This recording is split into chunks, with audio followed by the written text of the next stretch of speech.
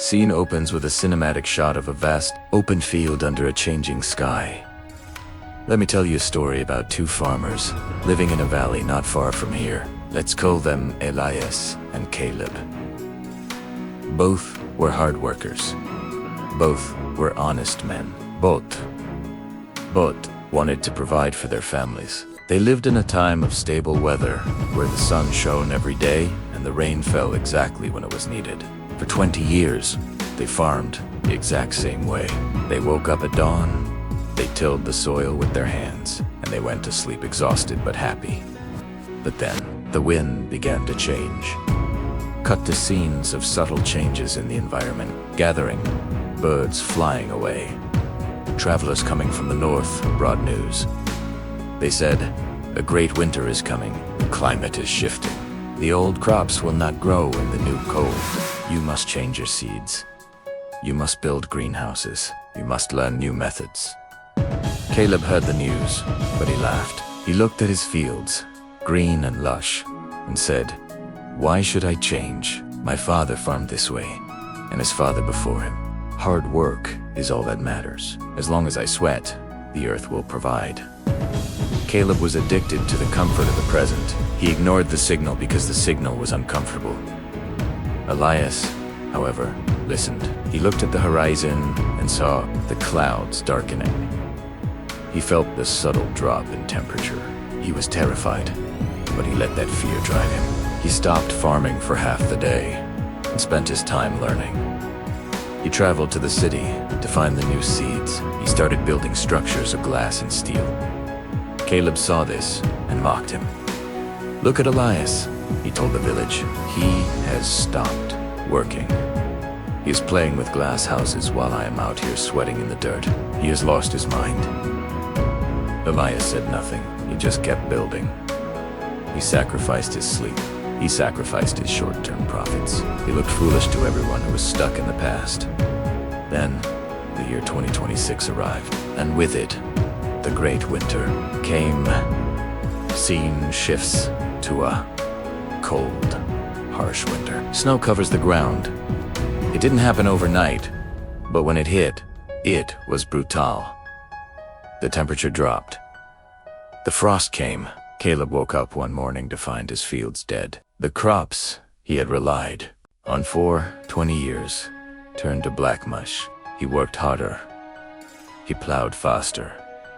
He screamed at the earth, but the earth did not care about his hard work. The environment had changed, and his old tools were useless. Caleb lost everything. Not because he was lazy, but because he was blind. Elias, on the other hand, walked into his greenhouse. Inside, it was warm. The new seeds were thriving. He had food. He had security. He had a future. He survived not because he worked harder, but because he had the foresight to adapt before the storm arrived.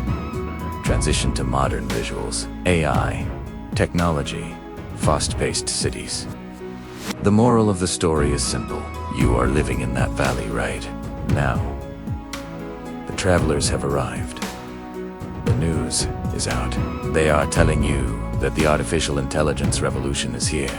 They are telling you that the economy is shifting. They are telling you that the skills that made you money in 2020 will be obsolete by 2030. You are standing at a crossroads. You can be Caleb. You can say, "I will just keep doing my 9-to-5 job. I will just keep scrolling on my phone." The world won't change that much. You can choose the comfort of blindness, or you can be Elias. You can look at the horizon. You can see that the machines are getting smarter. You can see that the old systems are crumbling, and you can start building your greenhouse today. Building your greenhouse means learning how to use AI instead of fearing it. It means starting that business you've been dreaming about. It means becoming financially literate so you are not dependent on a salary that might disappear. It means understanding that in the future, adaptability is the only stability. Do not let the comfort of today rob you of your tomorrow. The winter is not coming to destroy you. It is coming to test you.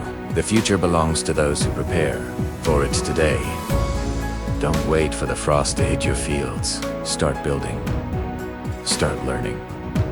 Start evolving. The storm is coming, but for the prepared, The storm is just a season of opportunity. But knowing about the storm is not the same as surviving it. Most people watching this will nod their heads and agree with the logic and then go back to doing exactly what Caleb did. They will go back to the sleep of comfort. So let's go deeper. Let us talk about the specific materials you need to build this greenhouse in the real world of 2026. Because hope is not a strategy. You need a blueprint. The first pillar of your greenhouse is what I call the new literacy.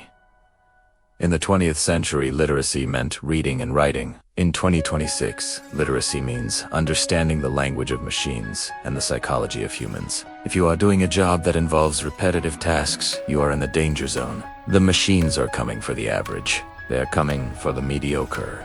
To survive, you must move up the food chain. You must become a synthesizer. A synthesizer is someone who can take the output of AI and combine it with human creativity and empathy to solve complex problems. The farmers of the future are not just planting seeds, they are engineering ecosystems. You need to stop asking, how do I do this job? And start asking, how do I design a system that does this job for me?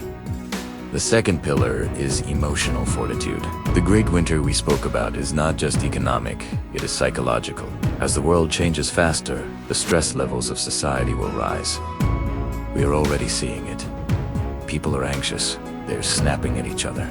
They are depressed. Why? Because the human brain hates uncertainty. When the old maps don't work, people panic. Your greatest asset in this new era will be your ability to stay calm when everyone else is losing their minds. While others are paralyzed by fear of the future, you must be paralyzed by nothing. You need to cultivate a mind that is like water. When the obstacle appears, you do not crash into it, you flow around it. This requires training. You cannot learn this on TikTok. You learn this by intentionally putting yourself in difficult situations and teaching your brain to relax under pressure. Now let's address the biggest enemy you will face while building your greenhouse. It is not the economy. It is not the government. It is the distraction economy. There is a war going on for your attention. The tech giants are spending billions of dollars to keep you scrolling, to keep you entertained, and to keep you docile. They want you to be Caleb. They want you to be a consumer, because consumers are easy to control. Every time you pick up your phone to watch a cat video instead of learning a new skill, you are handing over the bricks of your greenhouse to someone else. You are selling your future for a cheap laugh in the present. You have to become ruthless with your time. In the world of noise, focus is the new currency. If you can sit in a room for 4 hours and do deep, meaningful work, you are already ahead of 90% of the population. There is a concept called the second great filter. In biology, a filter is an event that wipes out a species that cannot adapt. We are going through a societal filter right now. The divide between the rich and the poor is widening, not because of money, but because of adaptability.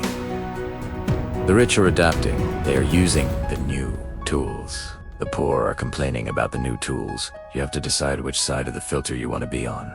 Do you want to be the person who talks about the good old days, or do you want to be the person who owns the future? Let me give you a harsh truth. The cavalry is not coming. There is no superhero coming to save the day. The institutions you trusted to protect you are struggling to protect themselves. This realization should not scare you. It should liberate you. It means you are the CEO of your own life. It means the results you get are entirely up to you. If you fail, it is on you. If you succeed, it is on you. This is the ultimate freedom. So what does your Monday morning look like after hearing this? Do you wake up and dread the work? Or do you wake up with the energy of a man who is building a fortress? You need to fall in love with the process of reinvention. You might have to start over. You might have to be a beginner again. You might have to feel stupid while you learn a new technology. Good. Be willing to be a fool today so you can be a master tomorrow.